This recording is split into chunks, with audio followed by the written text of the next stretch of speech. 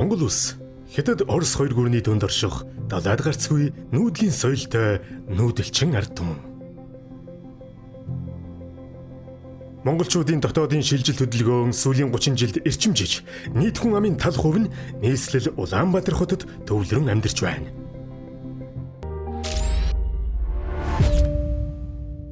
Энэхүү эрчимтэй явагдсан дотоодын шилжилт хөдөлгөөнийг өдөөсөн 3 хүчин зүйлс бий.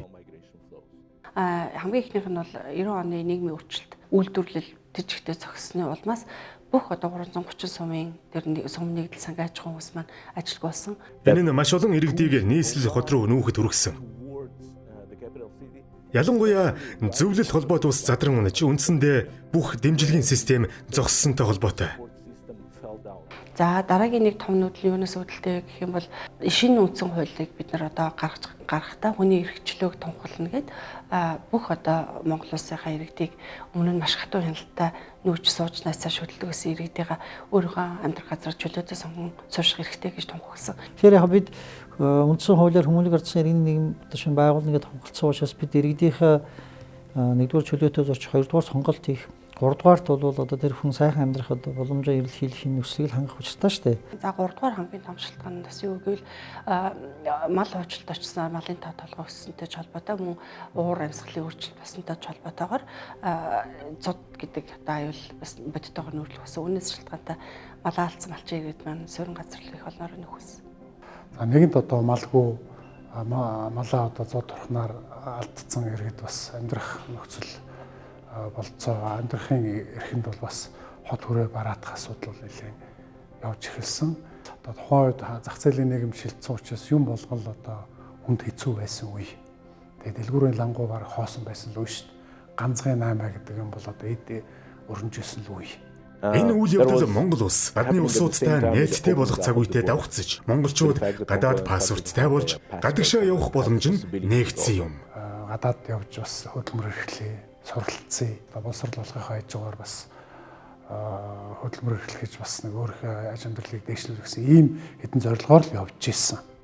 Гадаад орн руу явж байгаа иргэдэд хэдийгээр одоо амьдралд нь боломж сайн талууд гарч байсан ч гэсэн бас зарим хүмүүсийн хувьд бол маш өндөр эрсдэлтэй тулгарсан. Тэр нь бол одоо хүн худалдаалах гэсэн одоо гэмт хэргийн охирогч болох магадлал эрсдэл зарим хүний хувьд бол их өндөр болж ирсэн.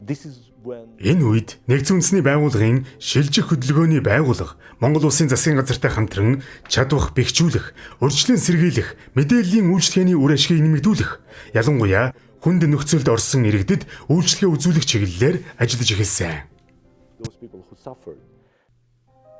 Монгол улс 2008 онд Нэгдсэн үндэсний байгууллагын шилжилт хөдөлгөөний байгууллагын гишүүн орноор элсэв. 2010 оноос хойш хүйсийн тэгшэрхийн төвтэй хамтран хохирогчдод шууд үйлчлэгээ үзүүлэх болов. 2011 онд Монгол улс дахь салбар Улаанбаатар хотод албан ёсоор байгуулагдав. 2014 онд хөдөлмөрийн мүлжлэг Монгол дахь дотоодын хүн худалдаалах гэмт хэрэг тэр дундаа уул уурхайн бүс нутагт үйл ажиллагаагаа өргөжүүлв.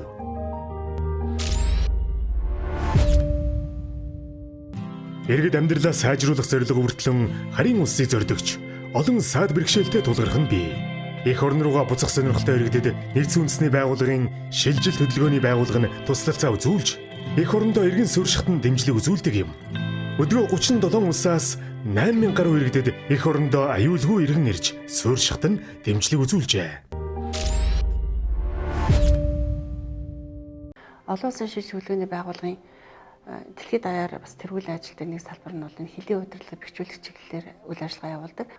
Хэлийн удирдлагыг бэхжүүлэхэд хэлийн албанд яг хэлийн тэр шалганы нэвтрүүлэх албан дээр байж байгаа хэл хамгаалах ерөнхий газар, гадаад иргэн хариатын алба, галын ерөнхий газар, мөн мэргэжлийн хэлтийн албаны хэлийн хяналтын албаныхантай илүү нэгт хамтын ажиллагааг өрнүүлэх чиглэлээр эрчимтэй ажиллаж байгаа. За манай байгууллага нь олон улсын шилжилт хөдөлгөөний байгууллагатай 10 жилийн турш одоо нягт хамтран ажиллаж байна.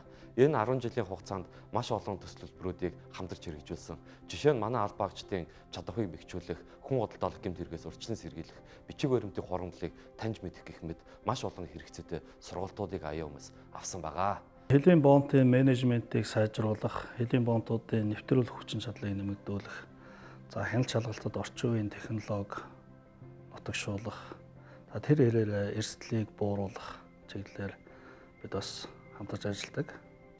Нэгдсэн үндэсний байгууллагын шилжил хөдөлгөөний байгууллага нь хүн худалдаалах гэмтэргийн хохирогч болсон болох эрсдэл байсан 173 иргэнийг эх оронд нь эргүүлэн авчирч дотооддоо уг гэмтэргийн хохирогч болсон 670 гаруй иргэдийг авран хамгаалж хууль сахиулах байгууллага олон нийтийн засаг захиргааны 1000 гаруй албан хаагчдад энэ чиглэлээр сургалтанд хамруулад байна. Гэмтэргээс урьдчилан сэргийлэх ажлыг зохицуулах зөвлөлийн дэргэд хүн худалдаалахтай тэмцэх түүнээс урьдчилан сэргийлэхтэй зөвлөл байгуулагдаад үйл ажиллагаа явуулж байна. Энд зөвлөлийн үйл ажиллагаанд олон улсын шилжилт хөдөлгөөний байгууллага хамгийн том үүрэг гүйцэтгэдэг гэж хэлж болно. Хүн худалдаалах гэмтэргийн хохирогч болсон иргэдийг эх оронд нь буцаан авчрах, за иргэн сурагчдад дэмжлэг үзүүлэх чиглэлээр бол одоо бидний гол хамтарч ажилладаг байгууллага бол олон улсын шилжилт хөдөлгөөний байгууллага байгаа. Хохирогчдыг эх оронд нь буцаах, за хохирогчдыг буцаагаад хэвийн амьдралдаа ортол нь цогц үйлчилгээ үзүүлэх энэ бүх үйл ажиллагаа бол энэ олон улсын шилжилт хөдөлгөөний байгууллагын дэмжлэгтэйгээр маш өндөр хүрээнд за тэгээд мэдээж мэрэгжлийн түвшинд явагдаж чадж байгаа гэдэг дээр бид нар маш сэтгэл хангалуун байдаг. Шилжилт хөдөлгөөний байгууллагууд одоо хэлэх хяналтын байгууллагууд за хэдэр үйл ажиллагаа явуулж байгаа төрийн байгууллагуудын үйл ажиллагаанд дэмжлэг тусалцаа үзүүлдэг. За мэрэгжлийн тусалцаа үзүүлэх, стандартыг тогтоох, хамтын ажиллагааг бэхжүүлэх, за чадварыг бэхжүүлэх чиглэлээр бол маш юм үр дүнтэй үйл ажиллагааг явуулдаг байгууллага гэж бид ойлгож байгаа. Онцгой байдлын ерөнхий газар олон улсын шилжилт хөдөлгөөний байгууллага бид хамтраад орон нутагт зохион байгуулж исэн гамшигаас хамгаалах томоохон энэ дадлаг сургуулийн үед хээрийн одоо нүүлгэн шилжүүлэлт аюулгүй газар ард ирдэ нэрвцэн хүмүүсийг нүүлгэн шилжүүлэх дадлага хийжсэн. Энэ стандартын хүрээнд нүүлгэн шилжүүлэх дадлаг сургуулаа орон нутгатаа Монгол орондоо нэвтрүүлээд нутагшуулаад ингээд зохион байгуулаа явж байгаа. Гамшигын бэлэн байдлын тухай ярихад зод гэдэг нэг том аюулын тухай бид нар байнга ярьж байгаа. Энэ талаар бид нар олон хурал хийж олон одоо тоо мэдээ гаргаад явж байгаа. Ихэнхдээ нөгөө мал аж ахуйтай холбогдлолтой хорохрол учраас малын үргэцсэн мал үргэх магадaltaй малын тухай ярьдаг боловч түүний цаана ажиллаж байгаа хэдэн малчин энэ төртөж хэдэн малчин хохирох боломжтой байна гэсэн чиглэлээр тоо баримт их бага байсан. Учираас энэ гамшигын бэлэн байдлын нэг салшгүй хэсэг нь яг бодиттой тоог богино хугацаанд гаргаж авах хэрэгтэй гэдэг. Богино хугацаанд иргэдийн барьцлыг тогтоон тооцоолох гэсэн манай аргачлал байдаг. Үүнийг бид нэр Английн одоо товчлоор DTM гэж яриад байгаа. Энэ аргачлалыг анх Монгол оронд нэвтрүүлж эхэлсэн. DTM бол хүн амын мэдээлэл гаргадаг мэдээллийн их усруудын нэг хэлбэр. Монгол улсад уламжилт хүн амынхаа мэдээг гаргадаг уламжилт статистикийн аргууд байдаг. Үүн дээр нэмэгдэж орж ирж байгаа нэг арга. Онцгой байдлын ерөнхий газрыг хүн амын талаарх бодит мэдээлэлтэй болоход нь дэмжиж ялангуяа хөдөө орон нутагт иргэдийн хөдөлгөөнийг тандах ажлыг хэдэн удаа хэрэгжүүлсэн. Энэ тоо мэдээ, энэ шилжилт хөдөлгөөн бол бидний цаашдаа онцгой байдлын ерөнхий газар болзошгүй аюул ослын үед ард иргэдэд тусламж үзүүлэхэд хаана одоо нэрвцэн хүмүүс байж байна, хаана шилжилт хөдөлгөөн хийж байна, хаана аюулгүй газар байгаад байна, яаж төрхөн шуурхай зохион байгуулах вэ? Тэр тусмаа газар хөдлөлтийн үед бид яаж ажиллах юм бэ? Яаж одоо нүүлгэн шилжүүлэх юм бэ гэдэг энэ чиглэлээр ихээхэн туршлага хуримтлуулсан ийм хамтын ажиллагаатай байгууллага байгаа.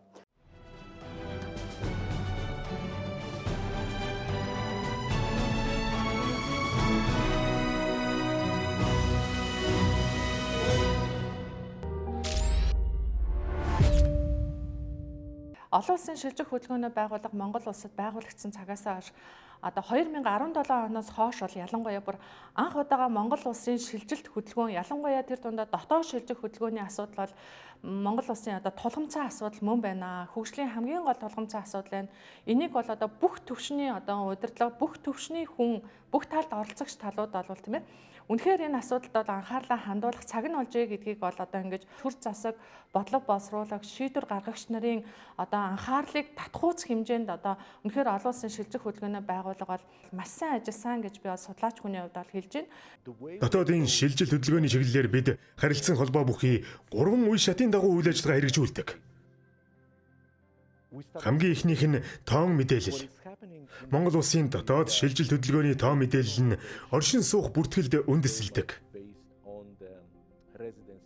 Гэтэл монголчууд бүртгэл системээс хэд дахин хурдтай шилжилт хөдөлгөөн хийдэг. Энэ ажлынхаа хүрээнд бид нар үндэсний статистикийн хавьтай урт хугацаанд хамтарч ажиллах гэрээ байгуулад тэгээд шилжилт хөдөлгөөний одоогийн байгаа дата статистик мэдээллийг улам боловсронгуй болгох түүнээс гадна үндэсний хэмжээнд 2 том одоо шилжилт хөдөлгөөний судалгааг бол удахгүй явуулахаар ингээд төлөвлөсөн байгаа. Хоёрдугаарт бодит тоо мэдээлэлд тулгуурлан илүү оновчтой бодлого боловсруулж шилжилт хөдөлгөөнийг салбар бүрийн бодлогод тусгах юм. Дунд хугацааны хөгжлийн зорилтыг төлбөр боловсруулахаар 7 чиглэлээр ингээд ажлын хэсэг байгуулагдан ажиллаж байгаа. Энэ хүрээнд олон улсын шилжилт хөдөлгөөний байгууллагаас бол дэмжлэг үзүүлж сектор дамсан асуудлууд дээр шилжилт хөдөлгөөний асуудлууд дээр ингээд тухайлан бодлогын зөвлөгөө өгч хамтарч ажиллаж байна. Бид хөдөлмөрийн зах зээлийн системийн динамик загварыг олон улсын шилжилт хөдөлгөөний байгууллагын дэмжлэгтэйгээр боловсруулсан юм. Энийн үр дүнгээр бид нийгмийн хамгааллын, халамжийн, даатгалын, хөдөлмөр эрхлэлийн бүхэл бүтэн системийн загвар боловсруулад тодорхой төвшөнд ажиллаад эхэлсэн. За тэгэхээр шилжилт хөдөлгөөн маань бол жил тутам, сар тутам, өдөр цаг минут тутам явагдаж байгаа. Эдгээр хүмүүст бол тухайн одоо цаг минут тутам бол төрийн зохицуулалт, дэмжлэг хэрэгцээ шаардлагатай байгаа. За энэ асуудал дээр бол үндэсний хөгжлийн газар шилжилт хөдөлгөөний байгууллага бол нэгт хамтран ажиллаж чадсан гэж ингэж үзэж байгаа. Тэгэхээр шилжилт хөдөлгөөний байгууллагаас хийсэн судалгаагаар шилжин суучигчид маань мэдээллийн улмаас үйлчлэгээ авах тийм ээ. Дараагийн шатанд одоо бас илүү их тэр бүрхэг авах боломжууд нь ингээ хаалттай байгаад байгаа. Тэгэхээр бидний одоо хэрэгжүүлсэн одоо яг үйлчлэгээ үзүүлэх энэ ажлын хүрээнд одоо төрийн байгууллага тэр болгон хүрч чаддаггүй тэр ажлыг одоо төрийн бус байгууллагаар дамжин одоо гүйцэтгүүлэх ийм ажлыг бол бид нар одоо 17 төрийн бус байгууллагаар дамжуулаад одоо Монгол Улсын хэмжээнд аймаг нийслэлд бол хийж хэрэгжүүлсэн байгаа. Энэхүү одоо бас ажлын үр дүнд орон нутгийн төрийн байгууллагуудын удирдлагуудын бас тийм ээ шилжин суучигтыг харах ер нь энэ талаарх одоо шилжин суучигтын асуудлыг зохицоор нь авч үзэх ойлголт цаашид дэмжих ажил одоо илүү хийгдэж байгаа нь ажлын нэг томоохон ололтын нэг байсан. COVID-19 сар дахлын үеийн урсгал хөдөлгөөнийг DTM аргачлалаар тандж нийт 3.5 сая урсгал хөдөлгөөний мэдээллийг цуглуулв. За 2020 оны ихэнх үеэс эхлээд одоо дэлхийн нийтийг хамарсан коронавирус цар тахлын улмаас гадаад одоо олон улсын иргэд одоо хэлийн хязгаарлалтын улмаас эх орондоо босох боломжгүй байлж улмаар одоо санхүүгийн болон бусад маш олон хүндрэлтэй тулгарч исэн. Энэ хүнд цаг үед гадаад харилцааны яам олон улсын шилжилт хөдөлгөөний хамтын ажиллагаа байгууллагатайгаа хамтраад за энэ өнгөрсөн жил гаруй хугацаанд бол яг цар тахлын хүнд үед манай улсын одоо хүнд нөхцөлд байсан 1000 орчим иргэдийг бид эх оронд нь авчирч ирсэн юм төвхтэй. COVID-19 цар тахлын эсрэг хариу арга хэмжээний эрсдлийн үнэлгээг холбогдсон салбарын яамд хэлийн хяналтын байгууллагууд АЯМ-бид хамтран том хэмжээний олон улсын 6 модод энэ эрсдлийн үнэлгээ хийсний үндсэн дээр нэн төрөнд хэрэгжүүлэх шаардлагатай арга хэмжээний талаарх санал төлөвлөгөө боловсруулж улсын онцгой комисс Монгол Улсын засгийн газар танилцуулсан. Тэгэхээр иргэд шилжин суучигтай шууд тулж ажилладаг одоо хорооны нийгмийн ажилтнуудад зориулаад бид нар одоо бас аюулгүй байдлын яг тухайн үед ковидын багц бол тарааж өгсөн. Энэ нь иргэд энэ хүмүүсээр дамжуул үйлчлэгээ ямар нэгэн саадгүйгээр иргэд болоод шилжин суучигтад хүрэх ийм боломжийг бүрдүүлж өгсөн байгаа. Бидэнтэй хамтран ажиллаж буй хүнш байгууллагуудтай талархал илэрхийлье. Мөн бидний ажлыг дэмждэг донор байгууллагуудтай талархаж байна. Зөвхөн донор төдийгүй хамтран хэрэгжүүлэгч байдагт нь баярлалаа. Helping us to localize some international relevant experience in the country. Ирэх 10 жилд шилжилт хөдөлгөөнийг хөгжлийн боломж болгох чиглэлээр засгийн газар, нэгдсэн үндэсний байгууллага, иргэний нийгмийн байгууллагууд мөн хөгжлийн түншүүдтэйгээ хамтран илүү олон төсөл хөтөлбөрүүд хэрэгжүүлнэ гэдэгт итгэлтэй байна. Нийт 173 хохирогчийг эх оронд нэргүүлэн авчир 673 хохирогчдод шууд тусал зав зөөлөв. 1000 гаруй хагчдыг сургав. 8000 гаруй иргэдийг 37 улсаас эх оронд эргүүлэн авчирлаа. Эргэн суурьшигт нь 4.6 сая Америк доллар зарцуулав. Бичиг баримтын хурамгийг шалгах лаборатори байгуулав. 8000 гаруй орон нутгийн онцгой байдлын гишүүд болон иргэдийг гамшигын үеийн бэлэн байдлын сургалтанд хамруулав. Гамшигын үед хооронд зохион байгуулах олон улсын стандартыг нутагшуулав. Тэгэд энэ судалгааг нийтэд 7 удаа гүйцэтгэв. 12,000 иргэн тусал зав зөөлөв.